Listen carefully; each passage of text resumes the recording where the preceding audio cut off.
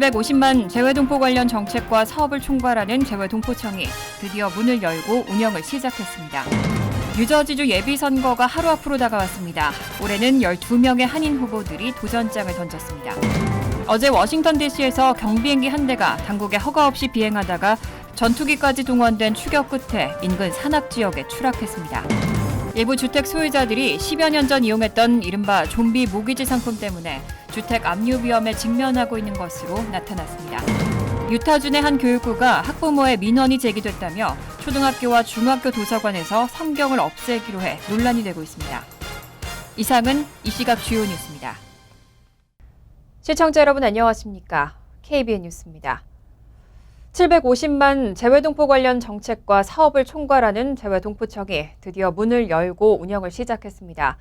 오늘 취임한 이기철 초대청장은 문턱이 낮은 재외동포청이 돼서 많은 분들의 의견을 듣겠다는 포부를 밝혔습니다.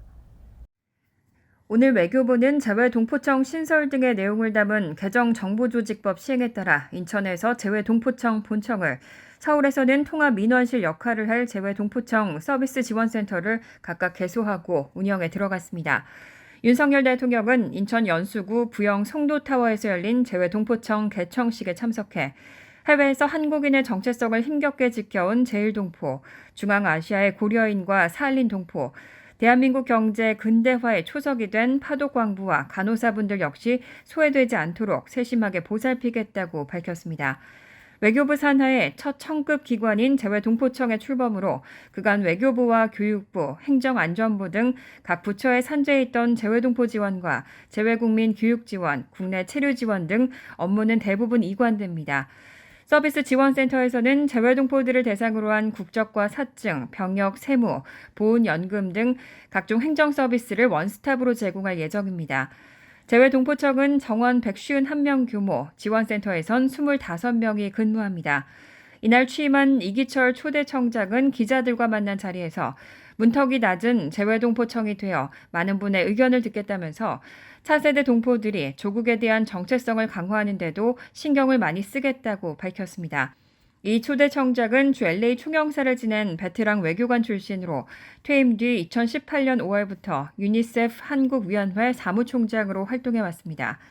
한편 재외동포청은 1호 사업으로 일본에 거주하는 원폭 피해 동포들을 국내로 초청하는 방안을 추진하고 있습니다. 뉴저지주 예비선거가 하루 앞으로 다가왔습니다. 예비선거에서는 오늘 11월 본선거에 진출할 각 당의 후보를 선출합니다. 올해 뉴저지 예비선거에는 12명의 한인 후보들이 도전장을 던졌습니다. 내일 오전 6시부터 오후 8시까지 실시되는 뉴저지주 예비선거에서는 오늘 11월 본선거에 진출할 각 당의 후보를 선출하게 됩니다. 올해 뉴저지 예비선거에는 12명의 한인 후보들이 출마해 유권자들의 표심을 기다리고 있습니다. 뉴저지 주하원 37선거구 앨렌박 의원은 이번 예비선거를 통해 재선에 도전하고 있습니다. 잉그리드 클립 시장 후보로 공화당 박명근 후보가 출사표를 던졌습니다. 박 후보는 예비선거에 단독 후보로 나와 본선거에서 민주당 후보와 대결할 예정입니다. 현직 시의원은 포트리 민주당 폴윤 후보가 4선에 도전하고 있고 노르드에서는 공화당 김봉준 후보가 재선에 도전합니다. 뉴저지 최대 한인타운 팰리세이즈 팍은 3명의 한인 후보가 출마했습니다. 민주당 민석준 후보는 재선에 도전하고 역시 민주당 소속의 이상희 씨는 1년 임기의 시의원에 도전하고 있습니다. 공화당 소속의 원유봉 후보도 시의원을 노리고 있습니다. 리츠필드에서는 공화당 사라킴, 민주당 류용기 후보가 각각 시의원에 출마했습니다. 그 외 에지워러 미셸 한, 클로스터 크리스토퍼 조, 포트리 최은호 후보 등이 공화당 후보로 시의원에 도전하고 있습니다. 뉴욕 한인회장 선거가 이번 주 일요일 치러집니다. 김광석, 진강 두 후보가 치열한 선거운동을 펼치고 있는 가운데 지난 금요일 저녁에는 김광석 후보의 후원의 밤 행사가 열렸습니다. 300여 명의 한인들이 김광석 후보를 외치며 선전을 당부했습니다. 보도에 지한샘 기자입니다. 지난 2일 뉴욕 퀸즈 하크네시아 교회에서 열린 김광석 후보 후원의 밤 행사. 11일로 예정된 제38대 뉴욕 한인회장 선거를 앞두고 김 후보를 지지하는 한인들을 결집시키기 위한 자리였습니다. 행사에는 김광석 후보 측 선대위 관계자들과 김 후보를 지지하는 한인 300여 명이 참석해 김 후보의 주요 공약과 포부를 듣는 시간을 가졌습니다. 김광석 후보는 이민 1세대의 한 사람으로서 언젠가 이민 2세대가 물려받아야 할 뉴욕 한인의 기반을 잘 닦아놓아야 한다는 책임을 느낀다며 오랜 시간 비영리 단체를 운영하며 쌓은 경험을 바탕으로 뉴욕 한인의 문제들을 개선해 나가겠다고 포부를 밝혔습니다. 그럼 누구 책임인가?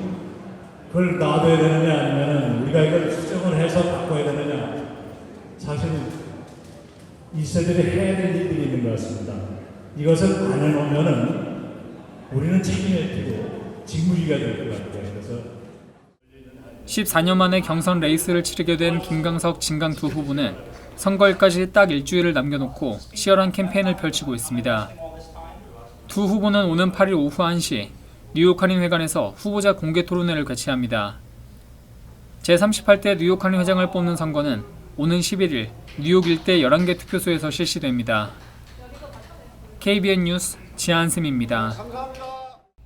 의회를 통과한 연방정부 부채 한도 상향 합의안에 바이든 대통령이 지난 3일 서명을 마쳤습니다. 법안이 발효되면서 2025년 1월까지 디폴트 우려는 완전히 제거됐습니다.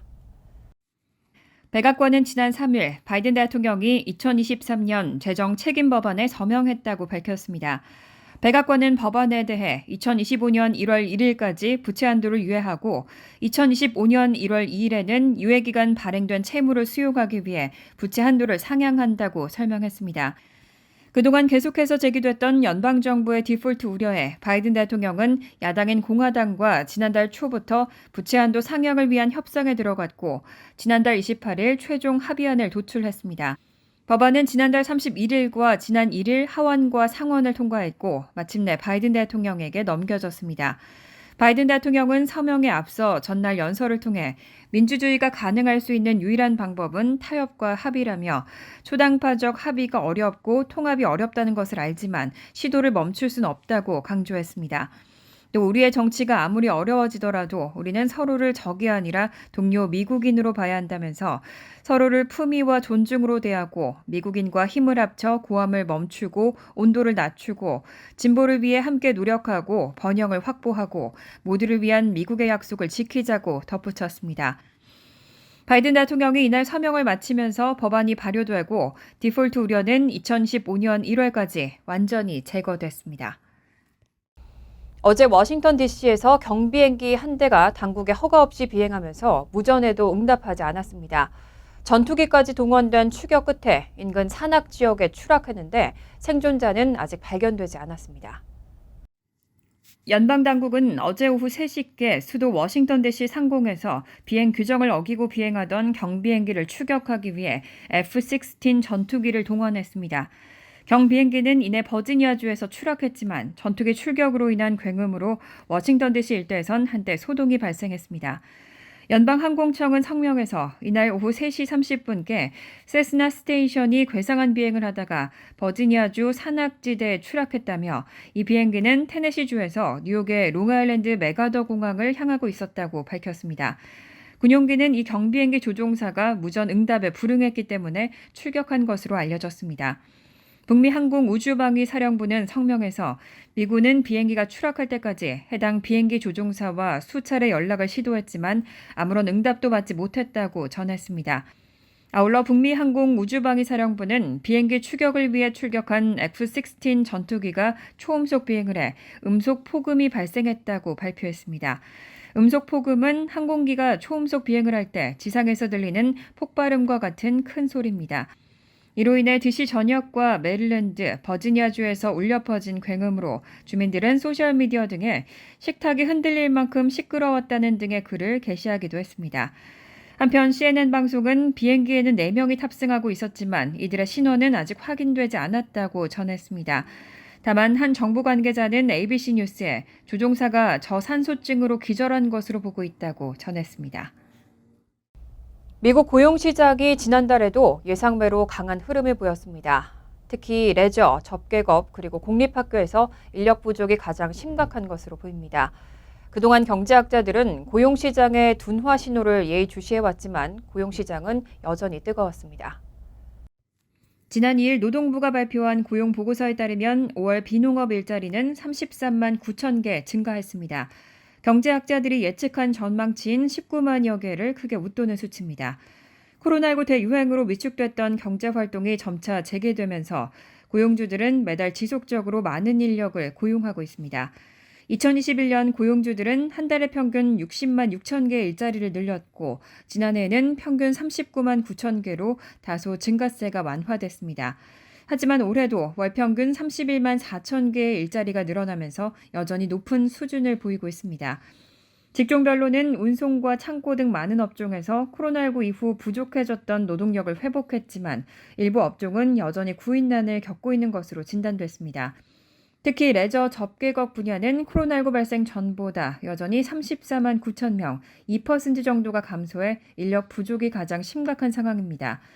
팬데믹이 절정에 이르렀을 당시 레저 접객업 분야에서는 대규모 실직 사태가 벌어졌습니다.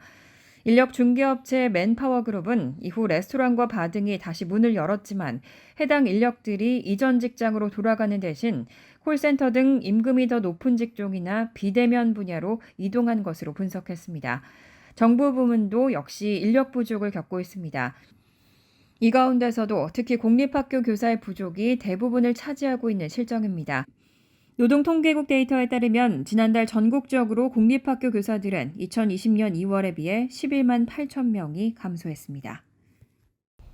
일부 주택 소유자들이 10여 년 전 이용했던 이른바 좀비 모기지 상품 때문에 주택 압류 위험에 직면하고 있는 것으로 나타났습니다. 월스트리트저널은 어제 보도에서 일부 주택 소유자들이 10여 년 전 이용했던 이른바 좀비 모기지 상품 때문에 주택 압류 위험에 직면하고 있다고 전했습니다. 미국에서는 대출자들이 은행 등으로부터 자금을 빌리는 저당 대출 이외에 주택 지분을 활용하는 대표적 대출인 주택자산 신용한도, 힐락 등과 같이 저당 대출을 유동화한 대출 상품이 있습니다. 채권은행들은 수년 전 주택자산 신용한도, 힐락 등을 상각 처리했고 대출자들도 고지서를 받지 않았던 만큼 집주인들은 해당 대출을 이미 해결했다고 생각했는데 최근 압류 가능성에 대한 고지를 받고 있는 겁니다. 채권은행들이 주택자산 신용한도 등을 다른 투자자들에게 팔았고 이를 인수한 투자자들로부터 채무 상환 요구가 들어오고 있기 때문입니다. 힐락 등은 후순위 채권인 만큼 압류 시 선순위 채권에 대한 변제가 모두 이루어진 뒤 잔액이 있을 경우 받을 수 있는데 최근 몇 년 사이 주택가격 상승으로 돈을 받을 가능성이 커지며 투자 유인도 생긴 상태입니다. 금융소비자보호국은 지난 4월 이러한 대출 상품과 관련한 공청회를 열고 채권자들에게 소멸 시효가 지난 채권에 대해 압류 등 법적 조처를 하겠다고 위협하지 말도록 지침을 발표한 바 있습니다. 당시 로이 초프라 금융소비자보호국 국장은 이를 좀비 모기지라고 부르면서 추심업체들이 기한이 지난 힐락 등을 추심하려 한다는 보고가 늘어나고 있다고 지적했습니다. 지난해 전 세계 억만장자 수가 2018년 글로벌 금융위기 이후 처음으로 감소했습니다. 그 전해에 비해 117명이 줄어서 3.5% 줄었는데 특히 아시아에서 가장 많이 감소했습니다.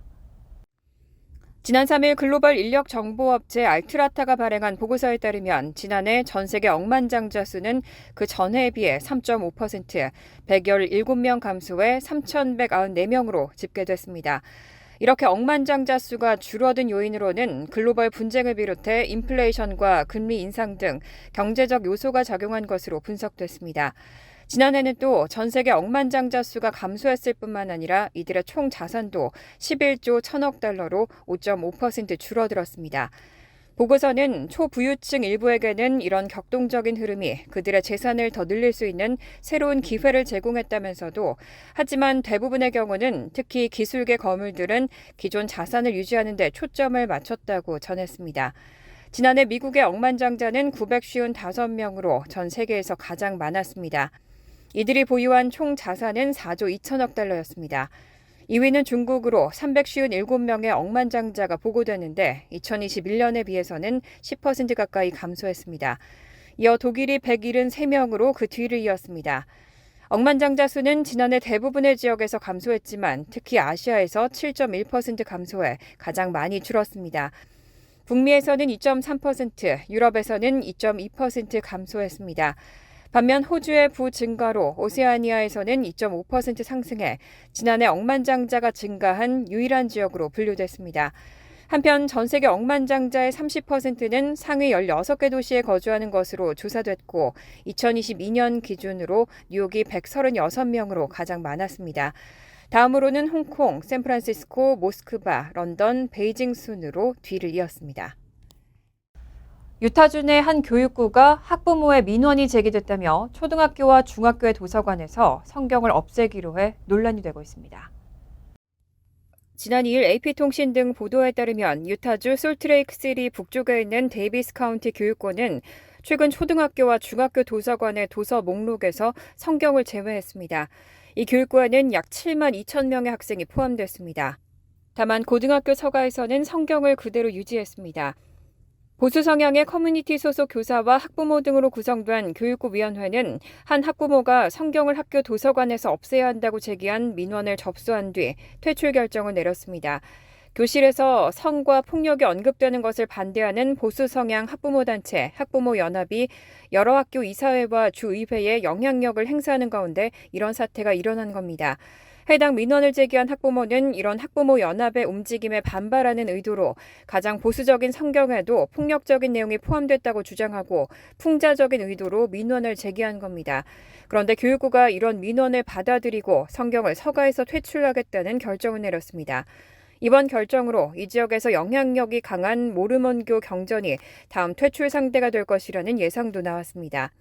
데이비스 카운티 교육구 대변인 크리스 윌리엄스는 누군가 모르몬 성서에 대한 검토 요청을 제출했다면서 그 정확한 이유는 밝히지 않았다고 밝혔습니다. 간추린 소식입니다.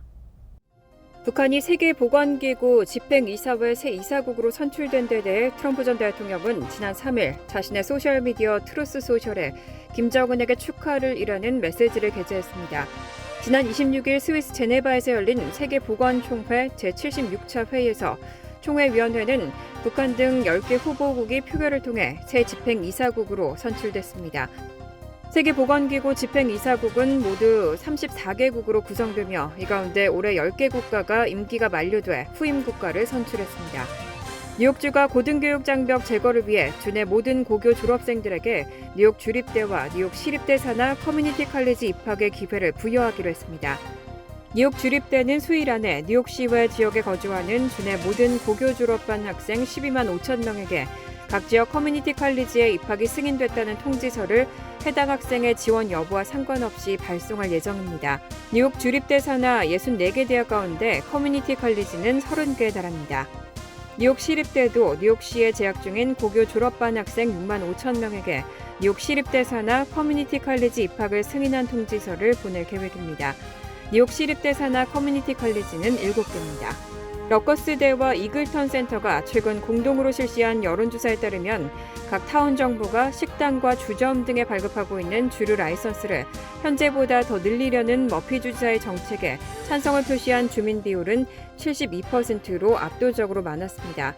일부에서는 주류 라이선스를 늘리는 것이 담배나 마리화나 도박 등과 같은 소위 악마 산업의 확대라는 비판을 제기하고 있지만 실제 여론조사 결과에서는 찬성이 훨씬 많았습니다.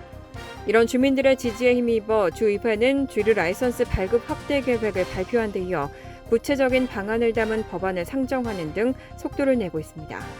전 패밀리 장학회가 제17회 장학생을 모집하고 있습니다.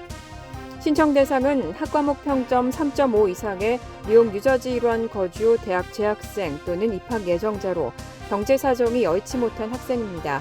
올해 선발 정원은 19명이고 1인당 $3,000씩 지급됩니다. 제출 서류는 신청서와 AI와 인간의 영역을 주제로 한 에세이, 성적 증명서 등이며 오는 7월 15일까지 우편으로 접수하면 됩니다. 환율과 증권 소식입니다.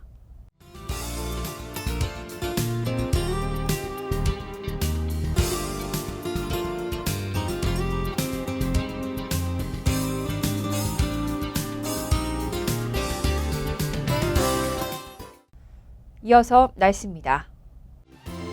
화요일은 부분적으로 화창하겠지만 때때로 천둥번개를 동반한 소나기 내릴 가능성이 있습니다. 낮 최고 기온은 78도, 섭씨 26도, 밤 최저 기온은 70도, 섭씨 21도로 예상됩니다.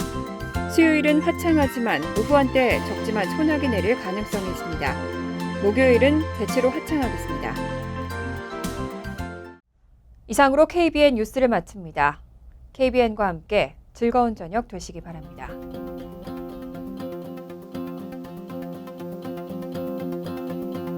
미 동부 최대 한인방송 KBN이 제작하는 KBN 뉴스는 웹사이트 mykbn.com 그리고 유튜브와 페이스북에서 다시 보실 수 있습니다. 좋아요, 구독, 알림 설정은 뉴스 제작에 큰 도움이 됩니다.